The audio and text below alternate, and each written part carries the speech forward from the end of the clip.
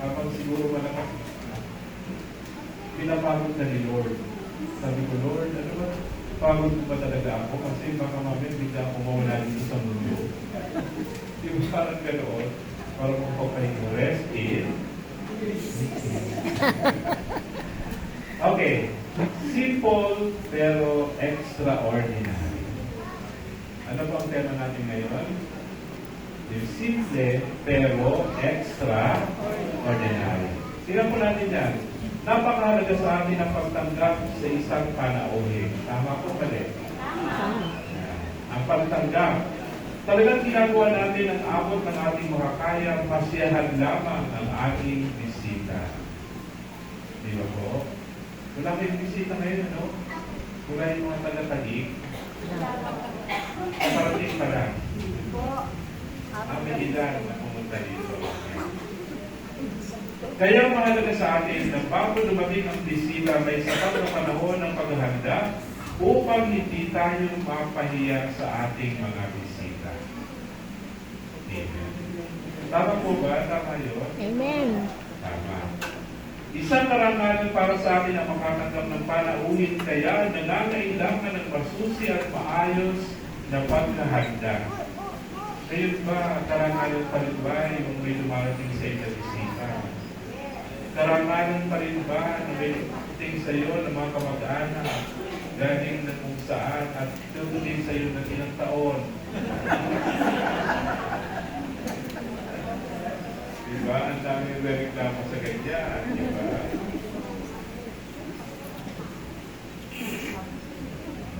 Mas magarbo, mas masaya. Mas magarbo, mas masaya. Kumusta ang Christmas party ninyo? Magarbo ba ito? Hindi. Simple. Ano po babahan ng pera eh? Oh, alam niyo ba gabi, natawag ko noon. Kasi ang contest nila, sa kung sila, pero isa lang ang mananalo. Lahat wala na. 10,000 ang mapapanalunan. Talagang pinaghandaan nila mga props, kung ano mga ginagawa nila kagabi. Pagandahan talaga. Pero talagang isa lang talaga dapat ang manalo. Inaandun yung dalawang mayaman na elders. Andun sila. Hindi mayaman na elders dito. Wala. Lahat po sila. Wala po. May nagtutulog doon. Kaya hindi pala kung sino. Hindi. Imagine niyo po yung isang tulog tumangga po ng pera. Nagpakawala ng kwarta itong dalawang mayaman na elders. Patasya kami ng mayaman na elders. Mamaya, magpapakawala yan. Ano nila, ang ganda ng ano nila, pati yung mga bata na kasama sa Christmas party. May party sila doon na namimigay nangyari. Pero total hindi binibigay ng pera. Tigo 100, yan. Tigo 100 ng mga bata. Lahat ng umatay na bata nakatanggap na 100 pesos. Doon sa mayaman na elders. So alam nyo na. Tingnan nyo na lang mamaya. Magpupunan. Subalit nalulungkot tayo kung simple lang at kaunti ang ating handa para sa panauhin darating.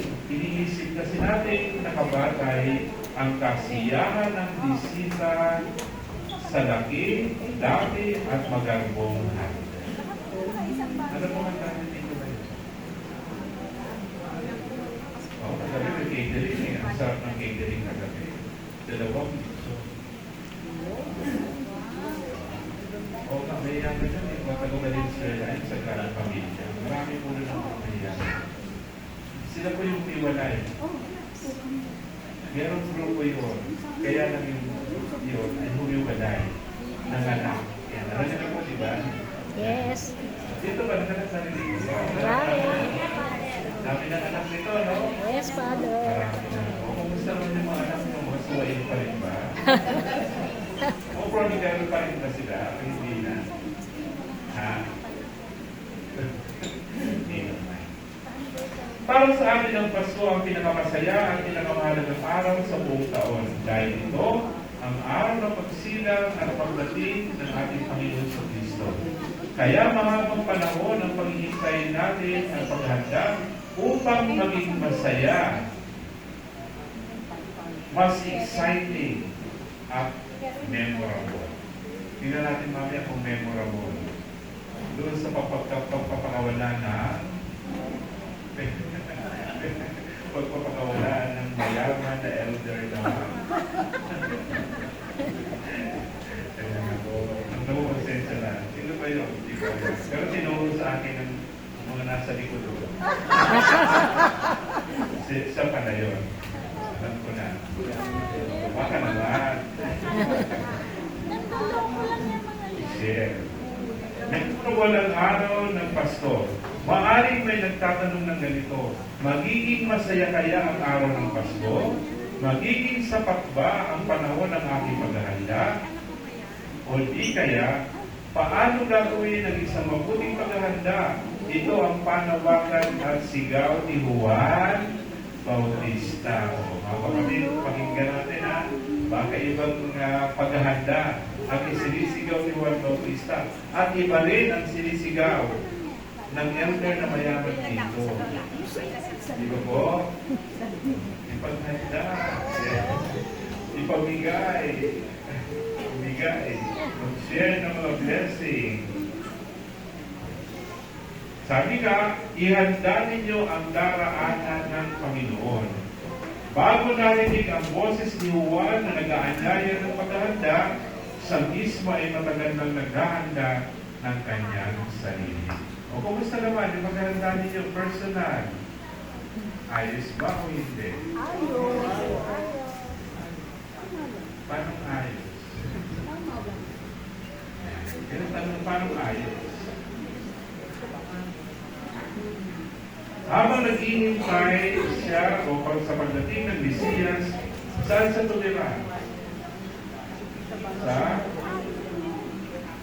Sa ilang bahay? Sa disyerto, tama. Sa disyerto at nabuhay mag-isa. Habang naghihintay sa pagdating ng Mesiyas, o habang ang iba ay nagsasaya, siya naman ay nananahimik at nananalangin. Kumakain siya ng pulot-pukyutan at banag, samantalang iba ay kumakain ng kung ano-anong masasarap na pagkain. Tingnan natin yung mamaya, yung may sinisigaw ni Juan Bautista, maghanda kayo ng lechon, ano pa ba? Patatin, may patatin mo mamaya. Wala. Meron bang lechon na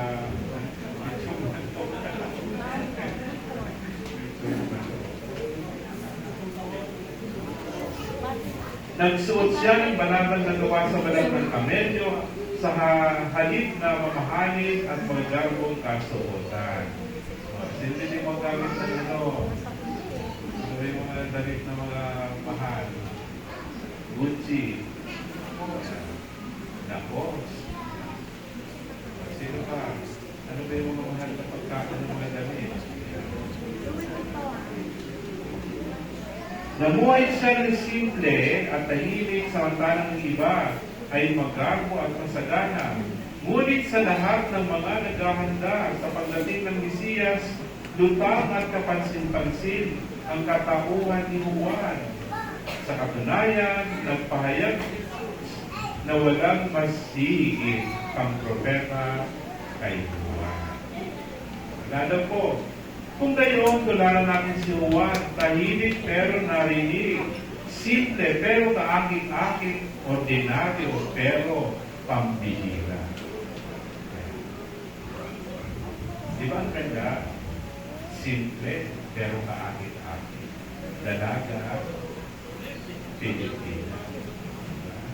Kumakanta kaya yung mobile. Magandang dikat, Pilipina. Ordinaryo pero mabigay. Ganito din natin gawin ang paghahanda sa nananapit na pagdating ng Panginoon kahit na simple pero pambihira at may dating. Sino yung may dating? Salatman sa material na bagay, pero mayaman sa kabanalan.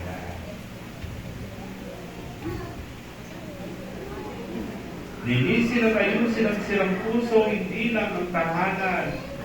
Kumpunihin ang nasisirang relasyon o isuot ang kahilingan ng Panginoon at huwag ang kasamaan.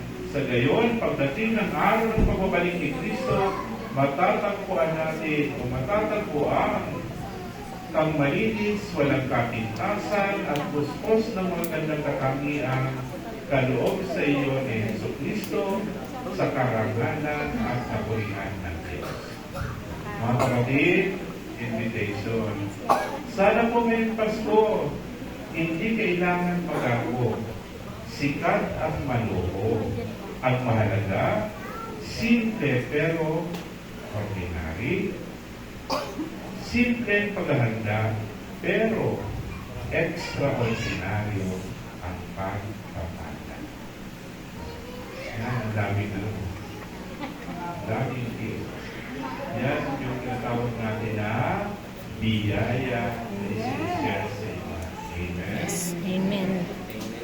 Yan lang po ang regalo. Oh. Ha? Yes. Para po. Iba pa yung mga major, no? Ano yung major prize? Parol. Parol? Parola yun, no? Father yun, no? Nakalike. Parol. Hindi ko nakikita eh. Kasi doon kagabi talaga namang bumabaha ng ano. Walang ganun dito, Father. Simple lang. Pero, simple pero, Extraordinary. round. Simple. Yun ang gusto ko. So, kayo pa sa mga kapatid ko, tingnan natin. Simulan natin natin pa sarili sa simple naman ito. Hindi yung kagabuhan na buhay. Pero hindi tayo makakalis talaga pag gano'n, di ba po? Sa totoo lang, papulit ko kagabi. May goodness, ilang balot ang daladala ko. Oo. Sana pala nila ko yung cake, no? Ang ganda ng cake yung binigay sa akin na parang pati-ganyan niya. Ganda. Sabi ko, kayo na itong cake na to. Napakaraming prutas sa ibabaw. Alam ko yung one yun. Kita mo, mayaman kayo, hindi ka alam nyo. Umayos kayo, kunyari ko kasi. Contis. Hindi ko ma-pronounce kung ano yung nakalagay ko ng pangalan. Kung ano yung brand. Hindi ko talaga ma-pronounce. Tandaan nito. Pag hindi nyo na-pronounce ang pangalan ng kinakainan ninyo, mahal niya. Yeah. Kaya pag hindi nyo mabasa, huwag kayo papasok. Sigurado po ako. Sigurado yan. Proven mo na po yan. Iba po, kung kayo sa mga kain ng mga ano, hindi nyo ma-pronounce kasi sobra. At hindi nyo na ma-pronounce kasi iniisip nyo yung babayaran na. Ano ba sinasabi ninyo? Ano ba sinasabi ko ninyo? Sana. At sabi ko kung trade nyo yung ang dami yung trade sa aming kakainan. May kainan kami dyan sa Kilis, sa Marikina. Hindi ko talaga ma-pronounce. Apat kami, ang bill namin ay 8,000. 8,000 talaga yung sa tumbay na pag ito tayo sumagot, hindi parang okay-overtake naman. Eh, mayayaman naman sila, parang sanay na sila, parang sabi niya, parang kumakain naman kami dito, okay lang yan. Kumakuha na lang sabi ko, sana ako. Gusto ko sana mag-take out ng mga pizza. Sabi ko parang kulang, 8,000 plus lang. Hindi mo pronounce pa ang pangalan na yung restaurant dyan sa Pilis. Ano yung Pilis? Ayan, dyan sa Ayan. Puntahan niyo po ha. Kain din kayo. Very great. Masarap plate nun. Every day's piatos. Sarap na meron mga napakamahal din. Sino po kain sa Very Piatos lang siya, Father. Piatos lang ang kinakain namin. Ano yun? Kinakagdan ko yung Jamus ano? Ano tawag nito? Parang ano? Junk food. Ano ba yun? Nung sincerity.